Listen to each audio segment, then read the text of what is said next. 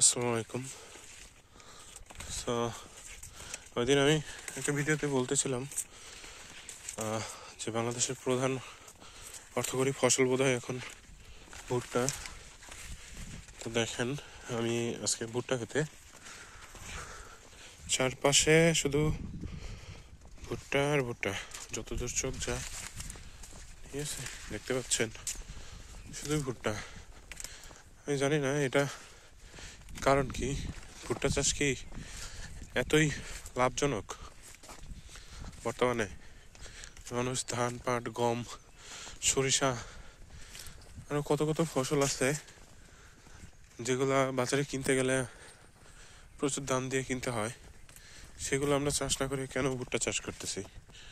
ভুট্টা চাষে কি খরচ কম? খরচও তো কম না, খরচও তো অনেক, তাইলে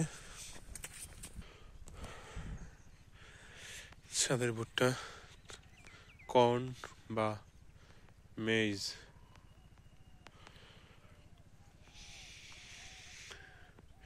ওইগুলো আগে লাগানো, ওগুলো দেখেন বড় হয়ে গেছে, এগুলো পরে, এগুলো এখনো আছে।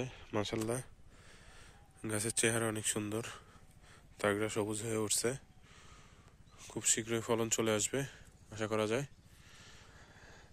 তবে এবার আমি একটা হিসাব করব, আসলে বিঘা প্রতি ভুট্টা চাষে খরচ কিরকম হয় এবং বিক্রির পর কিরকম থাকে, লাভটা কোথায়, কি কারণে মানুষ এত পরিমাণ ভুট্টা চাষ করে, এই জিনিসটা আমার জানতে হবে। আপনাদের জানা থাকলে আমাকে কমেন্টে জানাতে পারেন।